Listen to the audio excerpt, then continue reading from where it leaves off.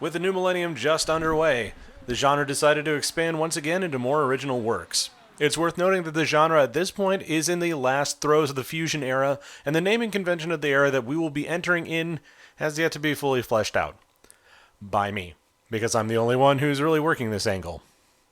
Currently, at least. Currently, the going moniker is going to be the doldrums, but I'm also considering the hibernation era and the rechristening at this time. Anyway, let's talk Stompy Robots. The Candidate for Goddess, known as Pilot Candidate in the States, was a series that came along in the wake of Evangelion and tried to tell a complex story with mixed success. The series, centered around a war between humans and aliens codenamed Victims, was canned after 12 episodes. Overall, the show fared only middlingly, with little explanation and early CG holding it back, with meandering plotting as icing on the cake. The show was brought over to Toonami with a lot of edits, which made an already mediocre show seem stilted and messy.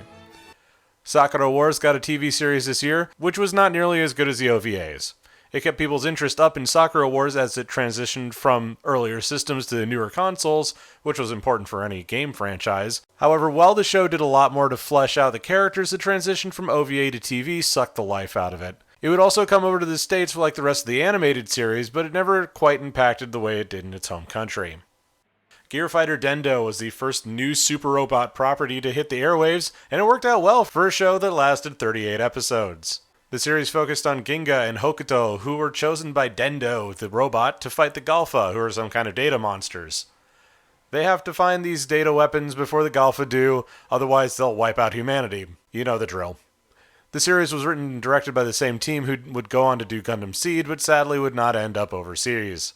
The series ran until the next summer to general praise. ArgentoSoma was another to take a page out of the moody, broody playbook of Evangelion, and led to a very strange series overall. In the near future, metallic aliens have been intermittently causing havoc on Earth.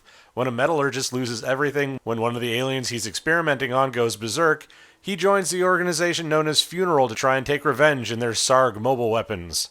However, once he learns that Funeral has that alien in captivity, he must confront the darkness in his own heart. Can they save the Earth and themselves? And what is the connection this alien has to this weird girl, Hattie?